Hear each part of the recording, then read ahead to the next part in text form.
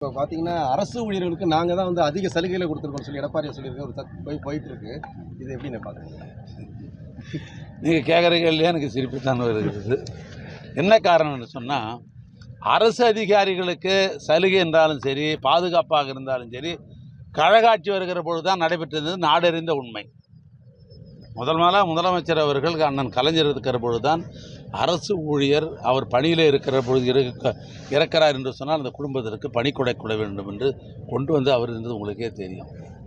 இப்போ பல்வேறு சலுகைகள் ஒன்றிய அரசாங்கம் எப்பெல்லாம் ஏற்றுறாங்களோ அப்போல்லாம் உடனே வந்து அடுத்த மாதத்தில் அடுத்த நேரத்திலே ஏற்றினவர் கலைஞர். இன்னும் சொல்ல போனால் இறந்துவிட்ட அம்மையாரை பற்றி நான் அதிகம் விமர்சனம் பண்ணக்கூடாது.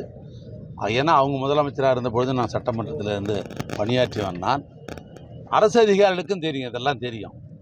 அரசு அதிகாரிகளுக்கு எப்பொழுதும் வந்து உழைக்கிறார்கள். அரசாங்கம் சொல்லுகிற திட்டத்தை நிறைவேற்றுகிற இடத்தில் தான் அவர் இருக்கிறார்கள். அதில் ஒன்றும் மாற்று கருத்து எங்களுக்கு கிடையாது.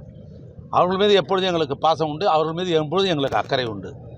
ஆனால் இதுவரைக்கும் நீங்கள் அரசு அதிகாரிகள் என்னென்னலாம் சலுகை பெற்றிருக்கிறார்களோ அதை எடுத்து நீங்களே வச்சுக்கணும்.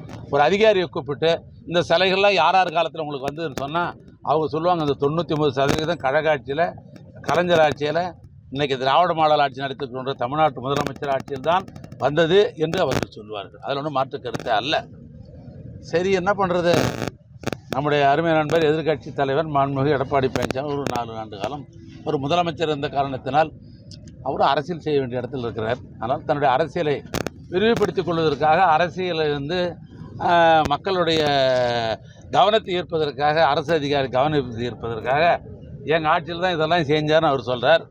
வேணாம் பண்ணால் ஒரு மேடை போட சொல்லுங்கள், நானே வேணும், முதலமைச்சர் வேணாம், நாங்கள் என்ன அரசு அதிகாரிகள்லாம் செய்யணும் நாங்கள் ஒரு பட்டியல் போடுறோம், அவர் என்ன அரசு அதிகாரி செய்யணும் அவர் ஒரு பட்டியல் போட சொல்லுங்கள்.